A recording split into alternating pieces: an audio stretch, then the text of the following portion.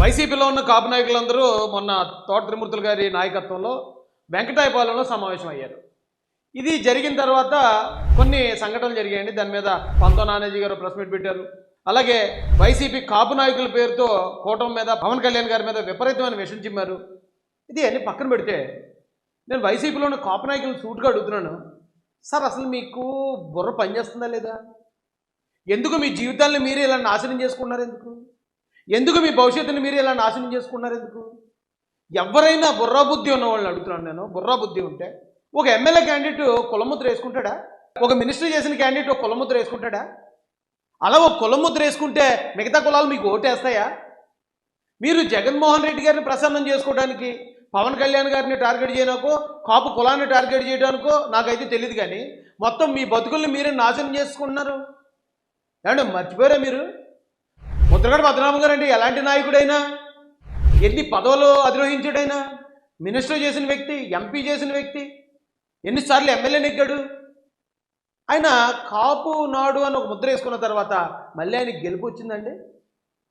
ఒక ఎమ్మెల్యే క్యాండిడేట్కి కులం ముద్ర ఉండటం అది బలం కాదండి, బలహీనత. అది ఎగ్జాంపుల్కి ఆర్ కృష్ణయ్య గారు ఉంటారు, బీసీ సంఘం నాయకుడు. ఆయన ఒక రాజ్యసభకో లేకపోతే ఒక ఎమ్మెల్సీకో పంపిస్తారు తప్ప ఆయన ఒక ఎమ్మెల్యేగా నెగ్గలుగుతాడా?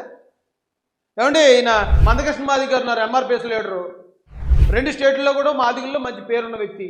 ఆయన ఒక ఎమ్మెల్యేగా ఇప్పటికి నెగ్గగలిగాడా ఇండిపెండెంట్కి వెళ్తే? ఇప్పుడు మీ అందరూ కూడా ఎంత పెద్ద లీడర్స్, మిమ్మల్ని అన్ని కులాలు ఆదరిస్తాయి, మీకు ఎంతో చరిష్మా ఉన్న వ్యక్తులు, ఎంతో చరిత్ర కలిగిన వ్యక్తులు ఈవేళ జగన్ గారిని ఇంప్రెస్ చేయనాకో లేకపోతే జగన్ గారికి సపోర్ట్ చేయనాకో మొత్తం మీ భవిష్యత్తులని నాశనం చేసుకున్నారేంటి? ఏమంటే నేను మీ మంచి కోసమే చెప్తున్నాను. ఇది బొత్స సత్యనారాయణ గారు అన్నారు, ఆయనకు ఓటమి అంటే ఏంటో తెలీదు. ఆయన కాంగ్రెస్ పార్టీలో ఉన్నప్పుడు పిసిసి అధ్యక్షుడు చేసిన వ్యక్తి. ఈవేళ ఆయన ఏ పరిస్థితిలో ఉన్నారండి? ఏమంటే ఇక్కడ ఇంకా చాలామంది ఉన్నారు. అంబటి రాంబాబు గారు, మీరు మినిస్టర్ చేసిన వ్యక్తి. గుడివాడ అమర్నాథ్ ఓ మంత్రి చేశాడు. ఏమంటే పేరుని నాని గారు మంత్రి చేశాడు. దాడిశెట్టి రాజే గారు మంత్రిగా చేశారు. జక్కంపూడి రామ్మోహన్ రావు గారి ఫ్యామిలీ మంచి పేరున్న ఫ్యామిలీ. అన్ని కులాలు ఒకవేళ ఈ నాయకులందరినీ కూడా అన్ని కులాల్లోనూ ఇష్టపడే వాళ్ళు ఉన్నారు. ఈవేళ మీరు కాపు కాపు అని ముద్ర వేసుకుంటున్నారు. ఎందుకు వంగ గీత గారు ఆవిడని అందరూ అభిమానిస్తారు. తోట త్రిమూర్తులు గారు ఒకవేళ ఆయన దళితుల పట్ల నిరంకుశంగా వ్యవహరించాడు అనేది దళితుల్లో బాధ ఉన్నా కూడా ఆయనకి అన్ని కులాల్లో అభిమానులు ఉన్నారు. ఈవేళ మీరు కాపు కాపు అని వేసుకుని వెళ్ళి ఏం చేద్దామని? ఏమంటే ఆయన చెప్తాడు మీరు కుల సంఘం నాయకులుగా మారిపోండి అని. మీరు మారిపోతారా? మీరు ప్రజానాయకులు కదా. అరే ఇంత చిన్న లాజిక్ మిస్ అయ్యారు. ఏమంటే జగన్మోహన్ రెడ్డి గారికి సంబంధించిన ఆ రెడ్డి సామాజిక వర్గం తెలుగుదేశం పార్టీలో లేరా? రెడ్లు ఎవరు తెలుగుదేశం పార్టీలో ఈవేళ ఎమ్మెల్యేలుగా మంత్రులుగా లేరా? మరి రెడ్డి నాయకులందరూ కలిసి మేము రెడ్లు మీటింగ్ పెట్టుకుంటున్నాం, తెలుగుదేశంలో ఉన్న రెడ్లందరూ బయటకు రావాలని ఎందుకు మాట్లాడట్లేదు? అలా మాట్లాడితే ఒక కులానికి పరిమితం అయిపోయి ఇతర కులాలకి వాళ్ళందరూ ద్రోహులుగా దోషులుగా మిగిలిపోతారు. కాబట్టి రెడ్లుగా తప్పుడు పేరు రాకూడదు అని రెడ్లు ఎవరిని బయట రానివ్వలేదు ఆయన. మీరు ఎలాంటి మీరు కుల సంఘం నాయకుల్లో మాట్లాడేటంటే మీరేంటండి కుల సంఘం మీటింగ్లు ఎట్టేస్తున్నారేంటి? కుల సంఘం మీటింగ్లు అడిగి రేపు ఎమ్మెల్యేగా పోటీ చేస్తే మీకు ఇతర కులాలు ఓట్లు వస్తాయా? అంత ఎందుకండి. ఇప్పుడు వైసీపీలో జగన్మోహన్ రెడ్డి గారితో పాటు ఉన్న వాళ్ళందరూ బలమైన కాపులే. మీకు ఇక్కడే చెప్పాను నేను.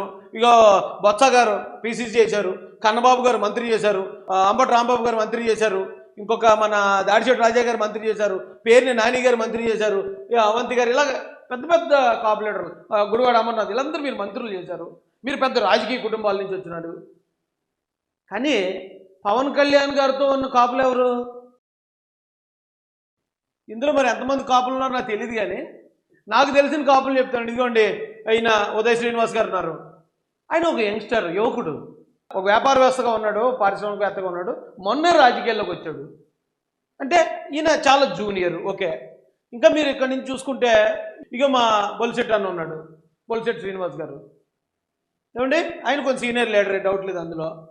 ఇంకెవరున్నారు? పంతో నానాజీ గారు, ఈయన మా రాజానగర్ ఎమ్మెల్యే గారు ఉన్నారు. వీళ్ళందరూ కూడా ఆల్మోస్ట్ కొత్తగా వచ్చిన వాళ్ళే. ఏమంటే వైసీపీలో ఉన్న కాపు నాయకులతో పోల్చుకుంటే వీళ్ళందరూ జూనియర్సే. కానీ ఒక్కటి మీరు ఆలోచించి చూడండి, వైసీపీలో ఉన్న కాపు నాయకులు మీ గుండెల మీద చేతులు వేసుకుని మీరు ఆలోచించి చూడండి. మీరు మంత్రులు కూడా చేసిన వ్యక్తులు ఈవేళ కనీసం ఎమ్మెల్యేలుగా నెగ్గలేకపోయారు. దానికి కారణం ఏంటి మీరు ఆలోచించారా?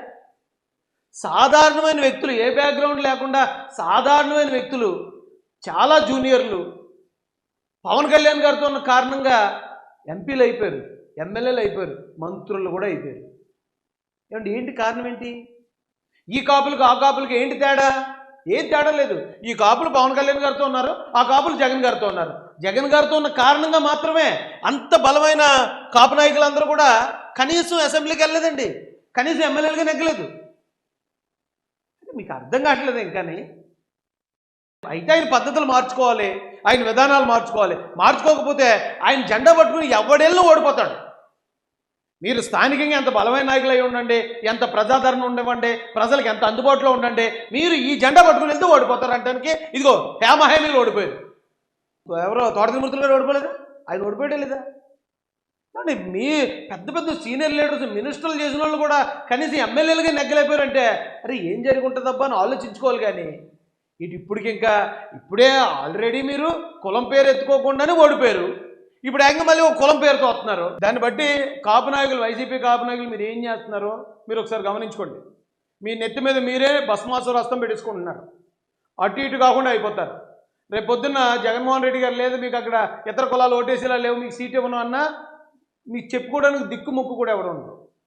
ఎందుకంటే ఈవేళ మీరు ఆ కాపు కులం అనే పేరుతో కాపులను కూడా దూరం చేసుకుంటున్నారు. మీరు తెలుగుదేశం పార్టీలోనో లేకపోతే జనసేన పార్టీలోనో ఉన్న ఆ వ్యక్తులు, అభిమానులు ఎవరైతే ఉన్నారో వాళ్ళందరినీ కూడా మీరు దూషిస్తున్నారు. జగన్ గారు మిమ్మల్ని ఆయుధంలో వాడేస్తున్నాడు.